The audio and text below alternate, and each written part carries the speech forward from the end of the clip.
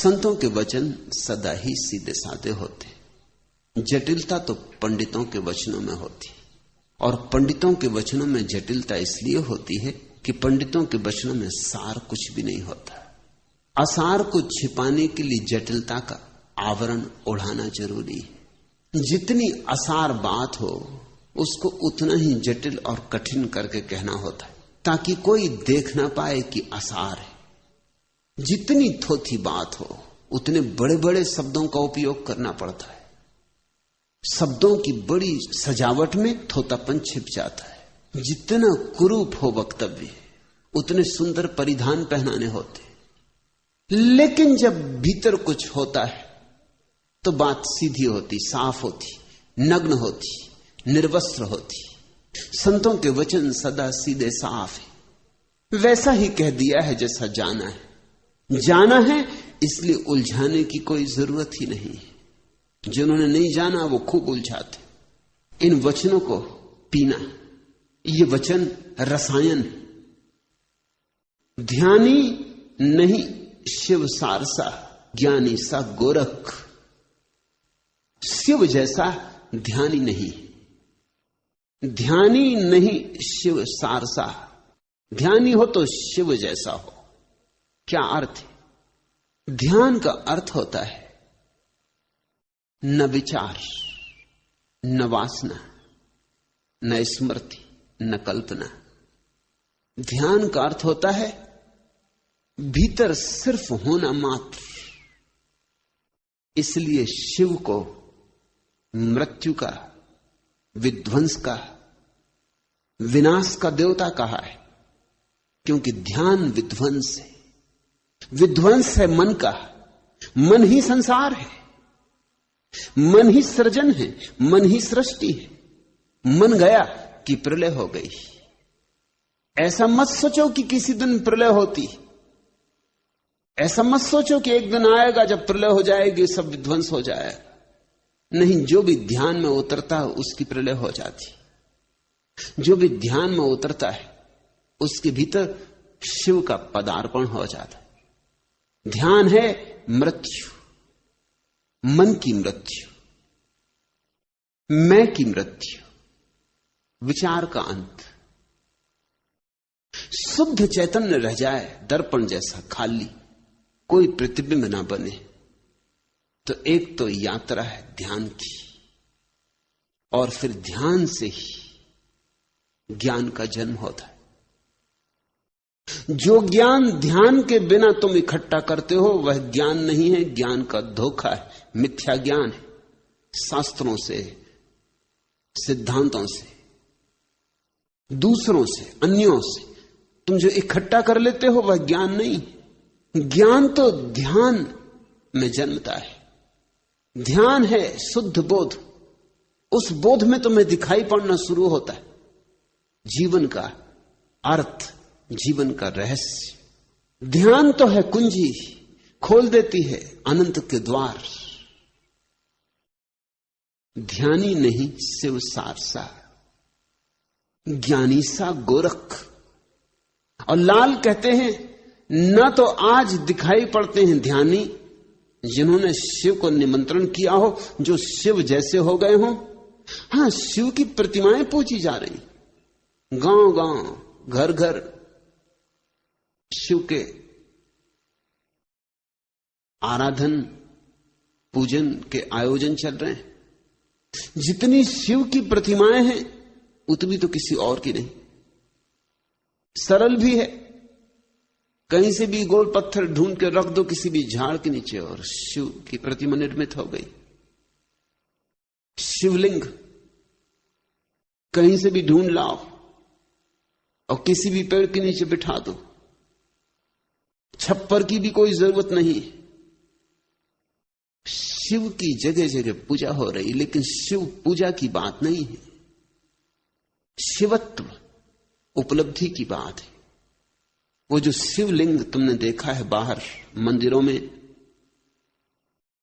वृक्षों के नीचे, तुमने कभी ख्याल नहीं किया उसका आकार ज्योति का आकार है, जैसे दिए की ज्योति का आकार होता है। शिवलिंग अंतर ज्योति का प्रतीक है। जब तुम्हारे भीतर का दिया जलेगा तो ऐसी ही ज्योति प्रकट होती, ऐसी ही शुभ्र, यही रूप होता उसका। और ज्योति बढ़ती जाती और धीरे धीरे ज्योतिर्मय व्यक्ति के चारों तरफ एक आभा मंडल होता है। उस आभा मंडल की आकृति भी अंडाकार होती। रहस्यवादियों ने तो इस सत्य को सदियों पहले जान लिया था, लेकिन इसके लिए कोई वैज्ञानिक प्रमाण उनके पास नहीं थे। लेकिन अभी रूस में एक बड़ा वैज्ञानिक प्रयोग चल रहा, क्रिलियन फोटोग्राफी। मनुष्य के आसपास जो ऊर्जा का मंडल होता है, अब उसके चित्र लिए जा सकते हैं। इतने सूक्ष्म फिल्में बनाई जा चुकी हैं जिनसे न केवल तुम्हारी देह का चित्र बन जाता है, बल्कि देह के आसपास जो विद्युत प्रकट होती है उसका भी चित्र बन जाता है। और क्रिलियन चकित हुआ है, क्योंकि जैसे जैसे व्यक्ति शांत होकर बैठता है वैसे वैसे उसके आसपास का जो विद्युत मंडल है उसकी आकृति अंडाकार हो जाती। उसको तो शिवलिंग का कोई पता नहीं है, लेकिन उसकी आकृति अंडाकार हो जाती। शांत व्यक्ति जब बैठता है ध्यान में तो उसके आसपास की ऊर्जा अंडाकार हो जाती। अशांत व्यक्ति के आसपास की ऊर्जा अंडाकार नहीं होती, खंडित होती, टुकड़े टुकड़े होती, उसमें कोई संतुलन नहीं होता। एक हिस्सा बड़ा, एक हिस्सा छोटा, कुरूप होती। शिवलिंग ध्यान का प्रतीक है, वो ध्यान की आखिरी गहरी अवस्था का प्रतीक है।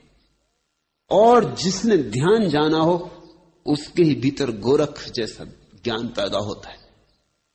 संतों की परंपरा में गोरख का बड़ा मूल्य है, क्योंकि गोरख ने जितनी ध्यान को पाने की विधियां दी उतनी किसी ने नहीं दी।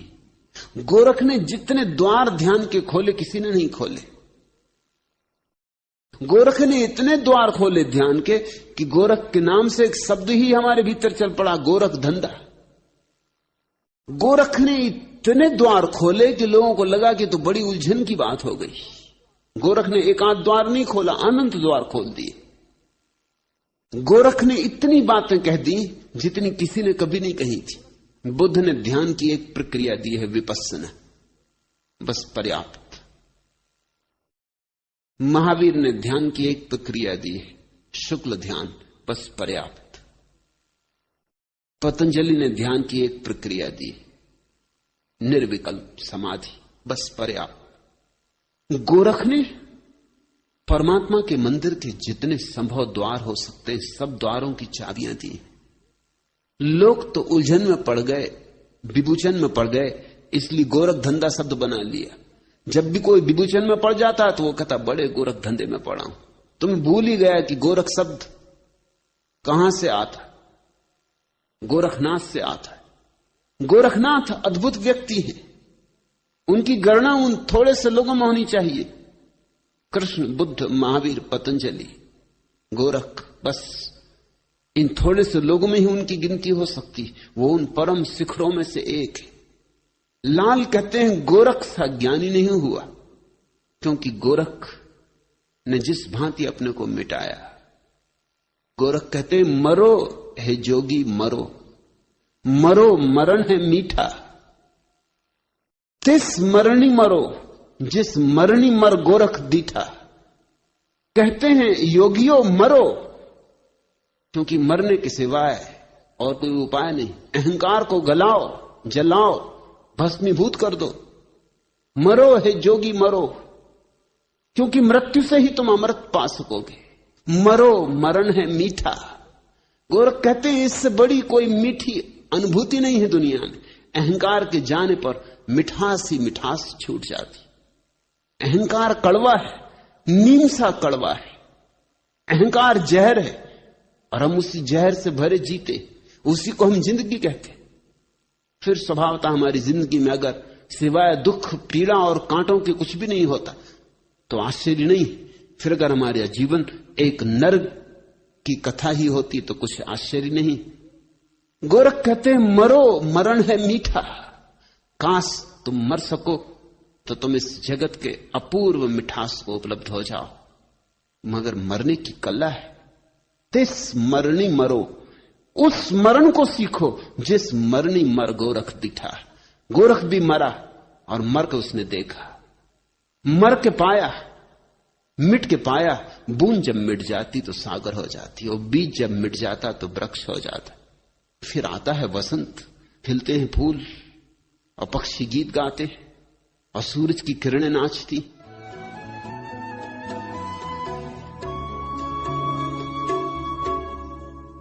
दूसरा प्रश्न, भगवान भोर कब होगी?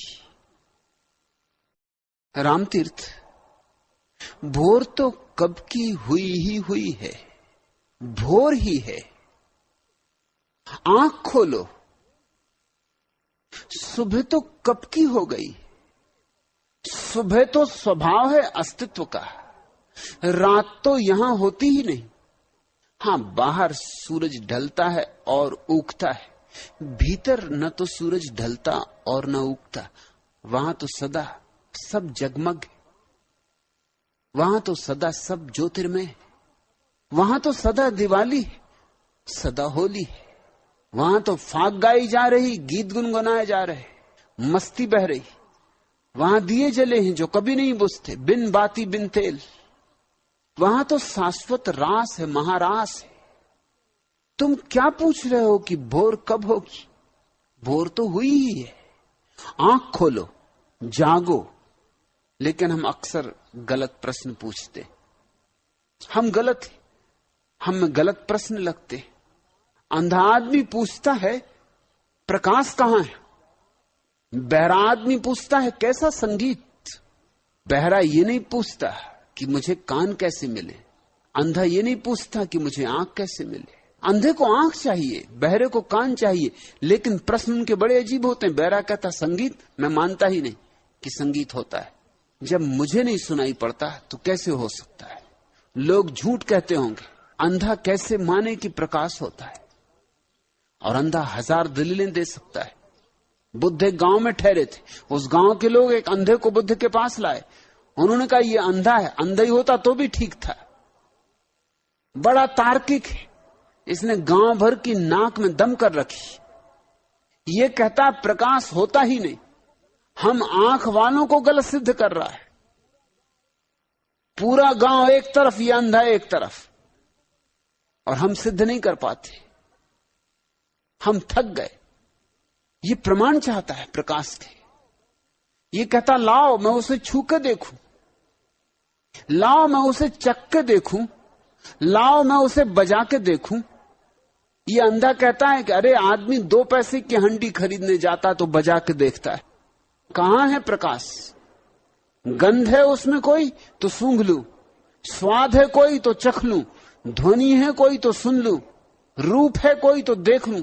कहां है? लेकिन अस्तित्व है उसका तो स्पर्श करूं, मगर न हम इसे स्पर्श करा सकते, न इसे गंध दिला सकते, न इसे स्वाद दिला सकते, और आंखें इसके पास है नहीं, इसलिए देखने का सवाल ही नहीं उठता।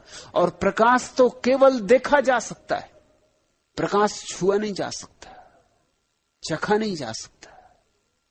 प्रकाश तो तुम्हारे भीतर एक ही मार्ग से प्रवेश करता है, वह आंख है।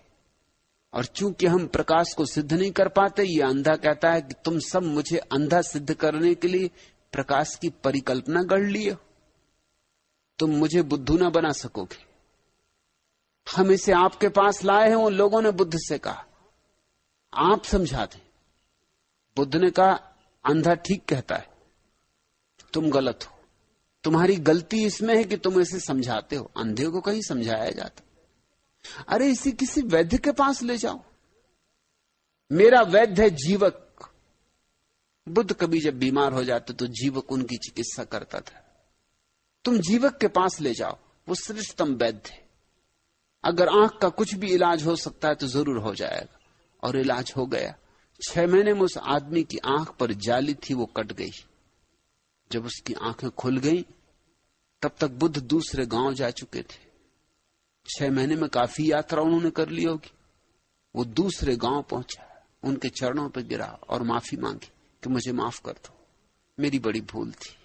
अगर आप मेरे गांव में ना आते तो मेरी जिंदगी यूं ही विवाद करते करते बीत जाती है, मैं प्रकाश को कभी जान ना पाता। और बेचारे मेरे गांव के लोग ठीक ही कहते थे, मगर वे भी क्या करते और मैं भी क्या करता।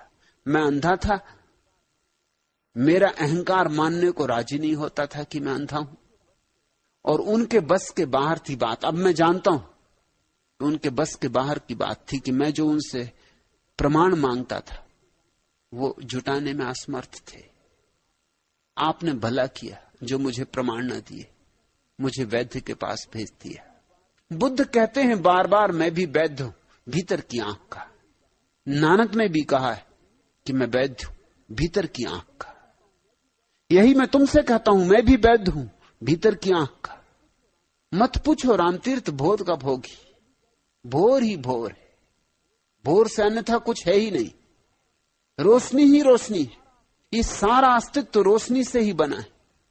संत तो सदा कहे कि अस्तित्व रोशनी से बना, अब तो वैज्ञानिक भी कहने लगे कि सारा अस्तित्व विद्युत से निर्मित है, रोशनी ही आधार है, सब तरफ प्रकाश ही प्रकाश है। प्रकाश का सागर है जिसमें हम जी रहे हैं, जिसमें हम पैदा हुए, जिससे हम बने और जिसमें हम लीन हो जाएंगे। मगर आंख चाहिए, और अंधे भी नहीं हो तुम रामतीर्थ। भीतर की दृष्टि से कोई अंधा पैदा होता ही नहीं। अब तक तो मेरे देखने में नहीं आया, और अब तक किसी बुद्ध के देखने में नहीं आया कि भीतर से कोई अंधा पैदा होता है। भीतर तो सिर्फ आंख बंद रखे हैं लोग, बस। तुम बाहरी बाहर देखते हो, देखने की क्षमता बाहर ही आबद्ध हो जाती, और तुम भूल ही जाते हो कि ये देखने की क्षमता भीतर भी लौट सकती, ये लौट भी सकती है भीतर। ये तुम्हारी स्मृति से उतर गई है बात, बस इतना ही करना है। यही ऊर्जा जो आंखों से बाहर जा रही है, यही ऊर्जा भीतर लौटने लगे तो तीसरा नेत्र, कोई तीसरा नेत्र है नहीं, प्रतीक मात्र है, तीसरा नेत्र खुल जाता है। बाहर को देखने के लिए 2 आंखें, क्योंकि बाहर द्वंद्व है, द्वैत है, द्वि है। भीतर को देखने के लिए 1 आंख काफी, क्योंकि भीतर अद्वैत है, एक है, तो 1 आंख काफी। ये दोनों आंखों से तुमने बहुत देखा, पाया क्या? अब जरा इन आंखों को बंद करो और यही ऊर्जा भीतर संक्रमण करे। ऊर्जा का अंतर्गमन ध्यान का ही रूप है, ध्यान का कुछ और अर्थ नहीं। ऊर्जा का अंतर्गमन, अंतर यात्रा। सोए हुए हो तुम, बस सुबह तो है, जागो। रात के गैसू ताक कमर आए, सोए हुए को कौन जगाए। लेकिन बड़ी मुश्किल है सोए हुए को जगाना। क्यों? क्योंकि प्रत्येक व्यक्ति ने अपनी नींद में बहुत से सपने संजो लिए, स्वर्णिम, मधुर, प्रीतिकर, मधुमेह। जागो तो वो सपने टूटते। अब जैसे किसी को राष्ट्रपति होना है, उसने एक सपना बना रखा है कि अब चुनाव करीब आ रहे हैं, कि अब प्रधानमंत्री हो जाऊंगा, कि अब राष्ट्रपति हो जाऊंगा। अब जैसे कोई बाबू जगजीवन राम को जगाने की कोशिश करे तो वो नाराज तो होंगे ही। ये कोई वक्त है जगाने का? अभी 2-4 साल तो और सो लेने दो। अब तो मौका आया है कि सपना साकार होने के करीब दिखाई पड़ता है। हालांकि कोई सपना कभी साकार नहीं होता, साकार होता हुआ दिखाई ही पड़ता है बस। सपने कहीं साकार हुए, सपने कहीं सत्य हुए? पहले लोग सपने देखते हैं तो जागने से डरते हैं, और जो जगाए उस पर नाराज होते हैं। तुमने जीसस को ऐसे ही थोड़ी सूली दे दी, नाराज किया होगा जीसस। कसूर जीसस का, तुम्हारा नहीं। सोयों को जगाओगे, उनके सपने मिटाओगे, कब कब से संजो रखे उन्होंने, उनको भस्मीभूत कर दोगे, उनको धूल धूसरित कर दोगे। वो अभी एक करवट लेके और सो रहना चाहते थे और तुम उनको जगाने पहुंच गए। नाराज ना होंगे तो क्या करेंगे? बुद्धों को उन्होंने सदा गालियां दी। कसूर बुद्धों का, बुद्धुओं का नहीं। बुद्धू और कर ही क्या सकते हैं। इसलिए तो जीसस ने मरते वक्त कहा कि हे प्रभु, इनको क्षमा कर देना, ये जो कर रहे हैं इसमें इनका कोई कसूर नहीं, इन्हें पता ही नहीं कि ये क्या कर रहे। सुकरात जहर पी के मर गया, लेकिन एक शब्द भी नहीं बोला अपने जहर पिलाने वालों के खिलाफ। जानता है कसूर मेरा। सीता है हमारी सन्यासिनी, उसके पति हैं जरा अपनी मौज के आदमी हैं। वो लोग समझते झक्की, वो पास पड़ोस के लोगों को हैरान करते रहते। 2 बजे रात उठाएंगे, बगल वाले को जाके जगा देंगे। वो पूछेगा कि 2 बजे रात आप क्या कह रहे हैं? वो पूछते हैं कि दूध वाला आया कि नहीं। 2 बजे रात किसी को जगा के पूछो दूध वाला आया कि नहीं, कि अभी तक अखबार नहीं आया। उनसे तो कोई कुछ नहीं कहता कि लोग समझते हैं झक्की। मगर सीता की जान खाते हैं लोग कि अपने पति को रोकती क्यों नहीं। मगर वो कोई रुकने वाले, वो किसी से रुक सकते। वो सारे मोहल्ले को हैरान किए रहते। बंबई रहते थे तो बंबई के लोग सीता के पीछे पड़े थे। सीता यहां रहने लगी कि इनको पुणे ले जाओ, क्योंकि हमको परेशान किए रहते। वक्त बेवक्त आके हाजिर हो जाते और ऐसा सवाल पूछते जिसका कोई मतलब ही नहीं। 2 बजे रात का कहां अखबार, कहां का दूध वाला? आखिर दूध वाले भी सोएंगे कि नहीं? आखिर अखबार वाले भी सोएंगे कि नहीं? और तुम दूसरों को नहीं सोने देते, खुद उनको नींद नहीं आती, वृद्ध हो गए और दिन भर आराम करते, तो नींद आए भी तो कैसे आए? साधारण नींद में भी तुम्हें कोई जगाए तो बुरा लगता है। मैं जबलपुर में रहता था तो मेरे पड़ोस में एक पहलवान रहते थे। वो 3 ही बजे रात से उठ के दंड बैठक लगाना शुरू कर देते। तो किसी को भी ट्रेन पकड़नी हो, जल्दी सुबह कहीं जाना हो, तो पहलवान से कह देते लोग। मुझे एक दफा 6 बजे ट्रेन पकड़नी थी तो मैंने उनसे कहा कि भाई 5 बजे उठा देना। उन्होंने आके मुझे पहले 3 बजे उठाया। मैंने कहा भाई ये कोई वक्त, अभी बहुत देर, मुझे 6 बजे की गाड़ी पकड़नी। उन्होंने कहा कि मैं कहीं भूल ना जाऊं दंड बैठक लगाने। मैंने कहा कि पहले दंड बैठक लगाऊं, उसके पहले आपको जगा दूं। 4 बजे फिर मुझे जगाया। मैंने कहा कि, उन्होंने कहा कि बीच में मैं थोड़ा आराम करता हूं दंड बैठक। मैंने सोचा अभी निपटाऊं, नहीं फिर भूल जाऊं। और 5 बजे वो भूल ही गए। जब मैं 7 बजे उठा तो मैंने उनको जाकर देखा तो वो बोले कि माफ करिए, मैं भी क्या करूं, 2 बार आपको जगाया, आप उठे नहीं। फिर मैं भूल गया। उसी भूलने कारण तो आपको 2 बार जगाया, बेवक्त, अकारण आपकी नींद खराब की। साधारण नींद में भी कोई जगाएगा। हो सकता है तुमने ही कहा हो कि जगा देना, तो भी नाराजगी मालूम होती। विश्राम टूटता मालूम पड़ता है, स्वप्न टूटते मालूम पड़ते हैं। रात के गैसू ताक कमर आए, सोए हुए को कौन जगाए। सांस की नदी तेज है कितनी, नींद तला तुम खेज है कितनी। होश का साहिल दूर है जैसे, जीस्त यहां मजबूर है जैसे। थक के जवानी चूर है जैसे, ऐसी थकन में कौन सताए, सोए हुए को कौन जगाए। हुस्न के ख्वाब ए नाच का आलम, फूल की करबट नींद की शबनम। पैकर ए सीमी माह ए गनूदा, जुल्फ ए परेशां निखत ए सूदा। ख्वाब की मस्ती जाम ए रुबूदा, नींद की गागर कौन उठाए, सोए हुए को कौन जगाए। सांस की नदी तेज है कितनी, यहां जिंदगी भागी जा रही तेजी से। यहां किसी को रोक के झकझोरो जगाओ तो वो कहता ठहरो मत, मेरी नींद खराब करो, कुछ अभी मेरी आकांक्षाएं हैं, अभीप्साएं हैं, पूरी कर लेने दो। जिंदगी ये गई, जाग लेंगे बाद में। लोग कहते हैं ले लेंगे सन्यास बुढ़ापे में, कि स्मरण कर लेंगे मरते वक्त परमात्मा का, कि चले जाएंगे काशी, आखिरी करवट ले लेंगे वहां, मगर अभी नहीं। सांस की नदी तेज है कितनी, नींद तला तुम खेज है कितनी। और नींद में कितनी आंधियां, कितने तूफान उठते, मगर फिर भी सब तूफानों, सब आंधियों को टाल के भी हम सोए रहते। होश का साहिल दूर है जैसे, बहुत दूर है किनारा होश का। जीस्त यहां मजबूर है जैसे, और जिंदगी जैसे मजबूर है नींद में डूबी रहने को।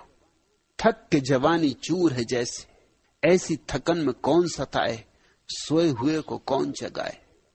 सवाल सुबह का नहीं, सवाल यह है कि तुम थके हुए हो, चूर हो थकान से, सपनों से भरे हुए हो, माना कि आंधियां हैं, तूफान है, मगर साहिल होश का बहुत दूर है, दिखाई भी नहीं पड़ता, धुंध में छिपा है। तुम बुद्धों की बातें सुनते हो, पर भरोसा थोड़ी आता है कि बुद्ध सच में कोई हो सकता है, या अगर कभी बहुत हिम्मत करके भरोसा भी किया तो यही भरोसा आता है कि हां कोई हो गया होगा, लेकिन मैं हो सकता हूं, यह तो असंभव। हो गए होंगे गौतम सिद्धार्थ बुद्ध, और हो गए होंगे वर्धमान महावीर जिन, और हो गए होंगे कृष्ण परमात्मा के अवतार, लेकिन मैं साधारण आदमी, मेरी सीमाएं, मेरी असमर्थताएं, मेरी आकांक्षाएं, मेरी वासनाएं, मेरी महत्वाकांक्षाएं, मैं कहां हो सकता हूं। ये किनारा बहुत दूर है, ये अभी आज अपने पास आने वाला नहीं। आज तो सो लो, फिर कल देखेंगे, इसलिए सुबह दिखाई नहीं पड़ती। तुम कल पर टाले चले जाते हो, तुम रोज रोज टालोगे, ऐसे तुमने सदियों टाला है। स्थगित करने की तुम्हारी आदत हो गई, और इसी बेहोशी में तुम बुद्धों से भी मिल लिए हो। विश्वास करो, अनंत अनंत यात्रा में ऐसा नहीं हो सकता कि तुम्हारा कभी किसी कबीर से, किसी मलूक से, किसी दादू से, किसी फरीद से मिलना ना हुआ हो। अनंत अनंत यात्रा में न मालूम कितनी बार तुम बुद्ध पुरुषों के करीब से गुजर गए होगे, मगर तुम्हें दिखाई ही नहीं पड़ा होगा। तुम ऐसी नींद में हो कि कुछ दिखाई किसको पड़ता। मैंने सुना अमरीकी एक होटल में 2 बूढ़ी महिलाएं एक साथ ठहरी हुई, उन पे कोई ध्यान नहीं देता।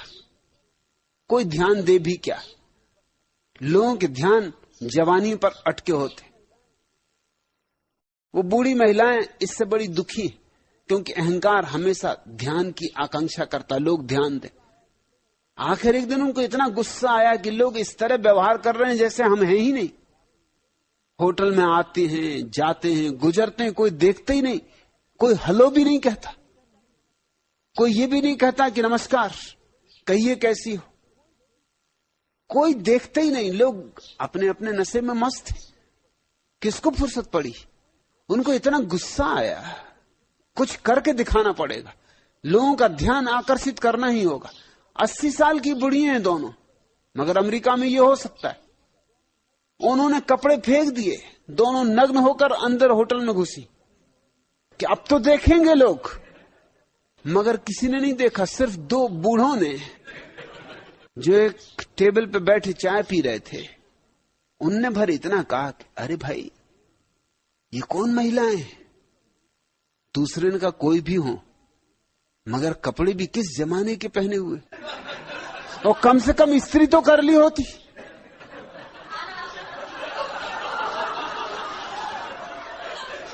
ध्यान देने वाले भी मिले तो ऐसे मिले, उन्हें भी ये दिखाई पड़ा कि कम से कम कपड़ों पे थोड़ी इस्त्री तो कर ली होती। किस जमाने के कपड़े, कौन सा रिवाज, किस ढंग के कपड़े, किसको पड़ी, कौन देखता है। लोग अपने अपने में खोए, अपने अपने में मस्त, बुद्धों के पास से गुजर जाते, सोए, नींद में डूबे, चेहरे पे मलाहत तारी, सांसों में नशे की धारी, आंखों के पपोटे भारी, ओंठों में लहू सा जारी। कौन आया, यह कौन आया, इठलाता और लजाता, इतराता और शर्माता, कलियों को फूल बनाता, फूलों का रंग उड़ाता। कौन आया, यह कौन आया, आंचल उड़ता, सर धुनता, सांसों पे निकावे बुनता, सारी का किनारा चुनता, हर चीज की आहट सुनता। कौन आया, यह कौन आया, तारों के महल बनवाऊं, फूलों के चिराग सजाऊं, पलकों का फर्श बिछाऊं, गालिब के शेर सुनाऊं। कौन आया, यह कौन आया। हमें कुछ दिखाई नहीं पड़ता। वसंत पतझड़ हो जाता है, पतझड़ वसंत हो जाता है, फूल खिलते हैं, कुम्हला जाते हैं, गिर जाते हैं, पक्षी गीत गाते हैं, सूरज उगता है, चांद तारों से आकाश भर जाता है, मगर हम बेहोश, हम अपनी आंखें बंद किए, हम अपने सपनों में खोए, हम अपने विचारों में लीन, हम अपने अतीत की स्मृतियों में डूबे या भविष्य की कल्पनाओं में बस चले जा रहे हैं यंत्रवत। इसलिए सुबह दिखाई नहीं पड़ती। सुबह तो है, भोर तो है और सदा ही है। फिर दोहरा दूं, बाहर तो कभी दिन होता कभी रात होती, क्योंकि बाहर द्वंद है, हर चीज का द्वंद है, अंधेरे का प्रकाश का, जीवन का मृत्यु का, सर्दी का गर्मी का, सौंदर्य का कुरूपता का, जवानी का बुढ़ापे का। बाहर तो हर चीज का द्वंद है, इसलिए सांझ होती, सुबह होती, मगर भीतर तो निर्द्वंद अवस्था है। वहां तो एक ही, वहां न सुबह है न सांझ है, न दिन है न रात है, वहां न गर्मी है न सर्दी है, वहां न मैं है न तू है। फिर वहां क्या है? अनिर्वचनीय,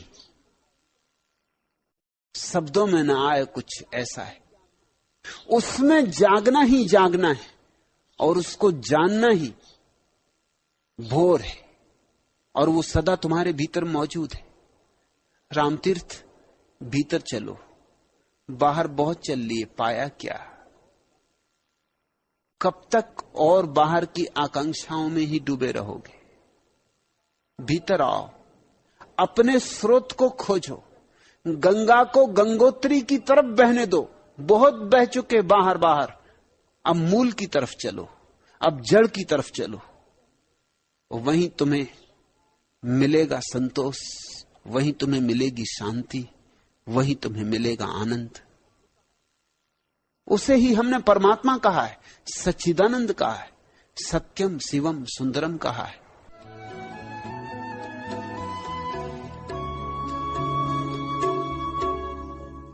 आखिरी प्रश्न, आप भीतर के प्रकाश की इतनी बात करते हैं, लेकिन मेरा अनुभव कुछ और है।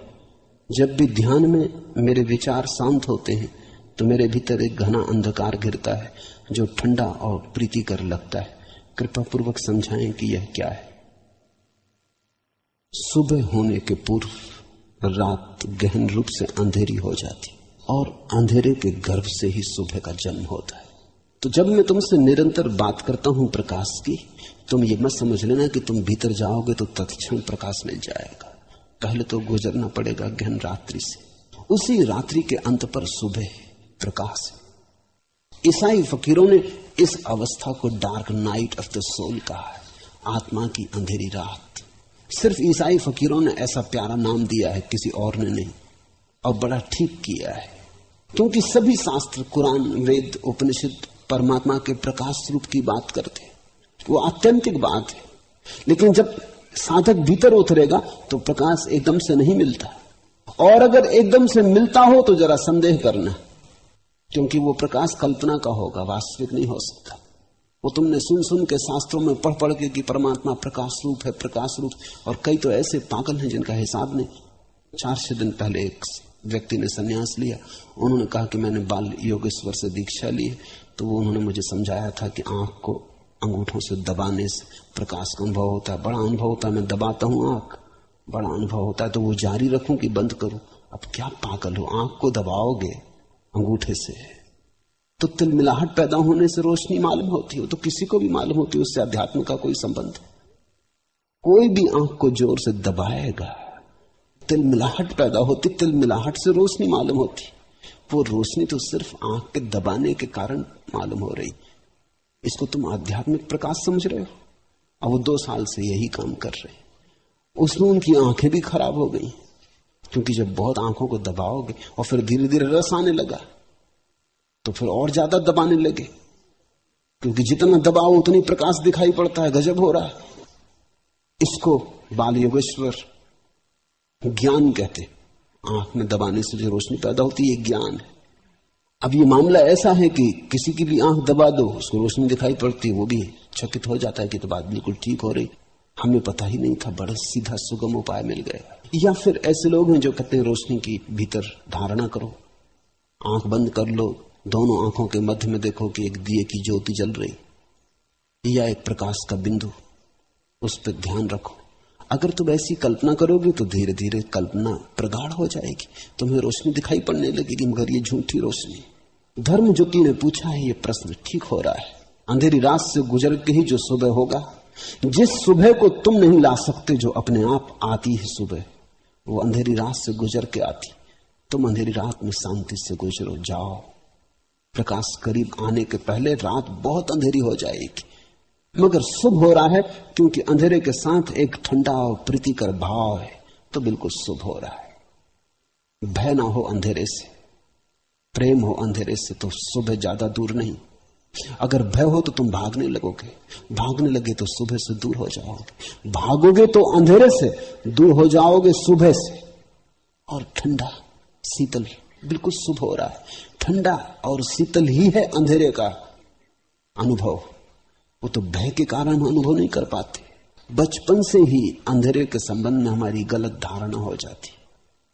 बच्चा डरता अंधेरे से क्योंकि अकेला रह जाता, अंधेरे में घबराता है कि पता नहीं कुछ कोई आ ना जाए, कुछ मार ना दे, कोई चोट न कर दे, कुछ गिर ना पड़े। छोटा बच्चा, वो भय बैठ जाता। और फिर मनुष्य जाति के इतिहास में भी आज से कोई 10,000 20,000 साल पहले जब आदमी जंगलों में था, गुफाओं में था, आग का आविष्कार न हुआ था, तो रात बड़ी घबराने वाली थी, क्योंकि रात को ही जंगली जानवर हमला करते थे। दिन तो किसी तरह गुजर जाता था, रात में हमला होता था। दिन में तो सूरज की रोशनी होती, आदमी अपने को बचा लेता, भाग जाता। रात को सिंह गरजते और शिकार करते और 1000 तरह के जंगली जानवर थे, उन सब के बीच बचना बड़ा कठिन था। तो रात के साथ उन सब का जोड़ हो गया। मनोवैज्ञानिक कहते हैं कि प्रत्येक मनुष्य के अचेतन मन में वो गुफा मानव का अनुभव अभी तक पड़ा है, वो गया नहीं, वो शरीर की स्मृति में समाविष्ट हो गया है। तो इसलिए हम अंधेरे से डरते हैं। अब तो कोई कारण भी नहीं, घर में बैठे बिजली पास में, जब बटन दबाओ रोशनी हो जाए, कोई झंझट भी नहीं है ऐसी। देश में अनुशासन पर्व चल रहा है, कोई उपद्रव नहीं है, कोई डर का कारण नहीं है। अपने कमरे में बैठे तो भी अंधेरे से घबरा रहे हैं। वो 20,000 साल पहले आदमी का जो अनुभव था, वो तुम्हारी नस नस में समाया हुआ है। तुम भी उसी आदमी से पैदा हुए, श्रृंखला उसी से बंधी है, वो बात भूली नहीं है, वो बहुत गहरे में पड़ी। तो अंधेरे से डर लगता है, अंधेरे से आदमी भयभीत होता है। लेकिन जो आदमी अंधेरे से भयभीत होता है और डरता है, वो भीतर जा ही ना सकेगा, उसकी अंतर यात्रा ही ना हो सकेगी। अंतर यात्रा में अंधेरे से तो पार होना ही पड़ेगा। अंतर यात्रा अंतर गुहा में प्रवेश है। शुभ हो रहा है, जाओ आनंद पूर्वक, शांति पूर्वक। सुबह भी करीब है। अंधेरा बढ़ने लगे उतना ही भरोसा जगा लेना कि अब सुबह करीब आती, अब करीब आती। एक ही बात ध्यान रखना, इस अंधेरे से मोह मत बना लेना। एक तो खतरा है भय का कि आदमी घबरा के भाग जाए, और दूसरा खतरा है क्योंकि ये ठंडा और प्रीतिकर मालूम हो रहा, इससे मोह मत बना लेना। नहीं तो तुम सुबह को पैदा न होने दोगे, तुम्हारा मोह ऐसा हो जाएगा कि तुम इसको पकड़ोगे। तुम धीरे धीरे मोह के कारण अंधेरे से जकड़ जाओगे। बहुत लोग हैं जिन्होंने इसी तरह की जकड़ने पैदा कर ली। मेरे पास इतने लोग आते हैं, मैं चकित होता हूं। देखता हूं कोई आदमी उदासी से पकड़े हुए, अपने को जकड़े हुए। वो कहता है कि मुझे उदासी नहीं चाहिए, लेकिन सब उपाय करता है कि उदास हो जाए। बातें करता है कि मुझे उदासी से बाहर खींचो, लेकिन जब मैं उसे समझा रहा होता हूं तब मैं देख रहा होता हूं कि वो सुन भी नहीं रहा है। वो शायद मेरी बातों को सुन के भी उदास हो जाएगा। ऐसे भी लोग मैंने देखे, वो मुझे सुन के कहने लगे कि हम पहले से उदास थे, आपकी बातें सुन के और उदास हो गए। मैंने तुम्हें कौन सी बात कही? कहा आपने प्रकाश की और आनंद की इतनी बात कही, उस समय ऐसा लगने लगा कि अरे तो हम बड़े चूक रहे, और उदासी आ गई, तो हमारा जीवन बेकार ही गया। देखते हैं, मैं प्रकाश की बात कर रहा हूं परमात्मा की कि तुम उठो, जागो, खोजो। वो कहते हैं हम और सुस्त होकर गिर पड़े कि मार डाला, हम तो सोचते थे सब ठीक चल रहा है, आपने और ये कहां की बात कह दी। इससे हम और भी उदास हो गए। लोग दुख से संबंध बना लेते हैं, फिर संबंध ऐसे हो जाते हैं प्राचीन और आदत के कि छूटना भी चाहो तो छूटते नहीं। एक हाथ से छूटते हो, दूसरे हाथ से बनाए चले जाते हो। इसका थोड़ा ख्याल रखना। कल मैं गीत पढ़ता था, एक उदास तन्हाई जिंदगी को रास आई। कुछ लोग हैं जिन्हें उदासी और अकेलापन रास आ जाता, क्योंकि किसी के साथ रहो तो झंझट तो आती। तुम जानते हो साथ यानी झंझट, इसलिए तो आदमी सांस से भागता है। किसी के भी साथ रहो थोड़ी बहुत झंझट होगी, क्योंकि जहां दो बर्तन हुए थोड़ी आवाज कलह होना शुरू होती। वहीं चुनौती भी है, लेकिन इससे आदमी डर सकता है, भाग सकता है कि इससे तो अकेले बेहतर, अकेले राम, कोई झंझट नहीं। मगर अकेले राम तो हो गए, लेकिन चुनौती नहीं रही। सीता नहीं रही, रावण नहीं रहे, अकेले राम तो हो गए, लेकिन रामलीला खत्म। तो तुम तो राम से भी ज्यादा समझदार हो गए।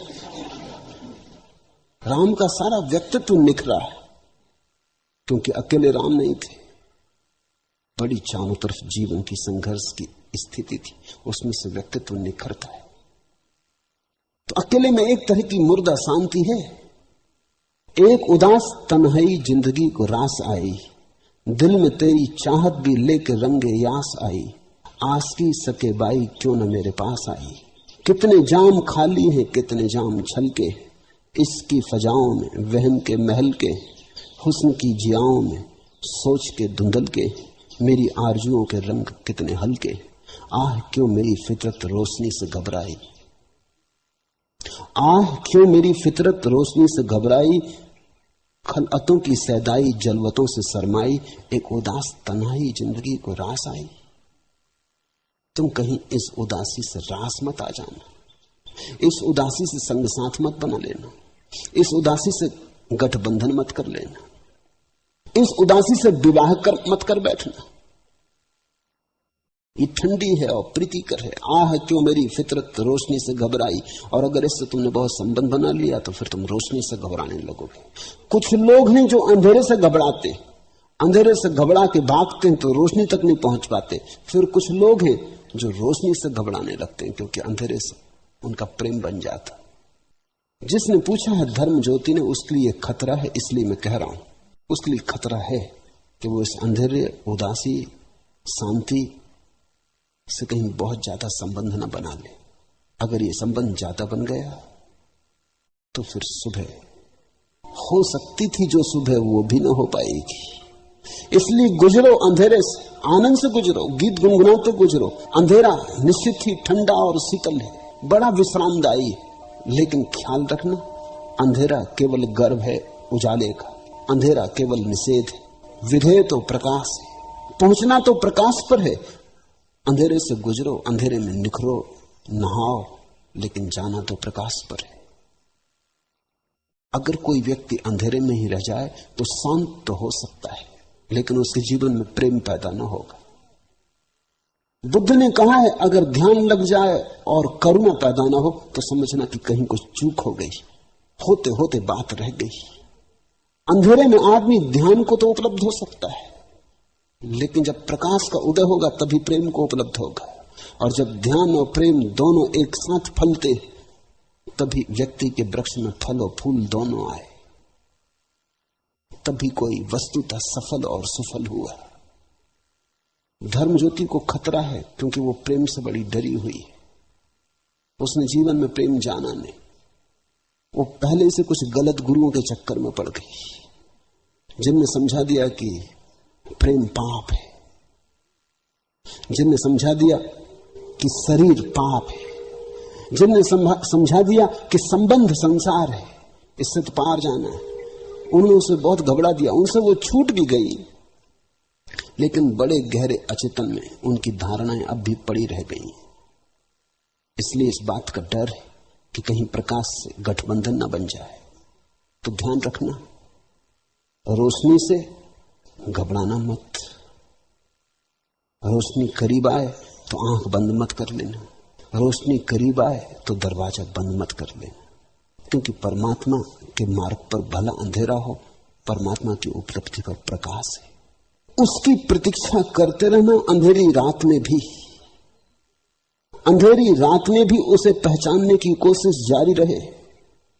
कुमुद दल से वेदना के दाग को पहुंचती जब आंसुओं से रश्मियां, चौंक उठती अनिल के विश्वास छू, तारिकाएं चिकित्सी अनजान सी, अवनी अंबर की रुपहली सीप में तरल मोती सा जलधि जब कांपता, तैरते घन मृदुल हिम के पुंज से ज्योत्सना के रजत पारावार में सुरभि बन जो थपकियां देता मुझे, नींद के उच्छ्वास सा वह कौन है?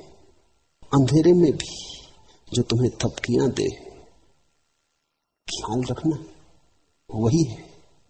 सुरभि बन जो थपकियां देता मुझे, नींद के उच्छ्वास सा वह कौन है? वो जो नींद में भी आके तुम्हें घेर लेता वह भी वही परमात्मा है। अंधेरे की तरह तुम्हें जो घेर लेता वह भी वही परमात्मा है। शीतल छाएं जो अंधेरे की मालूम होती वो भी उसी की शीतल छाएं। वो जो मीठा, शांतिदायी, विश्राममयी भाव घेर लेता अंधेरे में, वो भी उसी के पास होने की खबर है। कहीं पास ही वह मौजूद है। उसे भूलना मत और उसकी खोज जारी रखना। जो आज सोया है वो कल जगेगा, जो आज अंधेरे में दबा है उभरेगा। क्षितिज पे उसकी लाली जल्दी ही दिखाई देने लगेगी। मुझे ये महसूस हो रहा है मेरा खुदा ख्वाब गाहे गफलत में सो रहा है, मेरा दिल बेकरार मुद्दत से रो रहा है। शिकस्त है ये कि आजमाइश कि रब्बे आलम के लुत्फ अकराम की नुमाइश। बफूर वहसत ने जिंदगी का सुहाग लूटा, तिलिस्म कैफे सबाब लूटा। मुझे ये महसूस हो रहा है कि खाल के जीस्त सो रहा है, वसर मोहब्बत से जीस्त के हुस्न रंग से हाथ धो रहा है। कभी तो जागेगा सोने वाला, कभी तो इस सब की तीरगी को मिटाएगा सुबह का उजाला। कभी तो जागेगा सोने वाला, कभी तो इस सब की तीरगी को मिटाएगा सुबह का उजाला। वो होगा, होने ही वाला है, निश्चित ही है। जब रात आ गई तो सुबह दूर नहीं।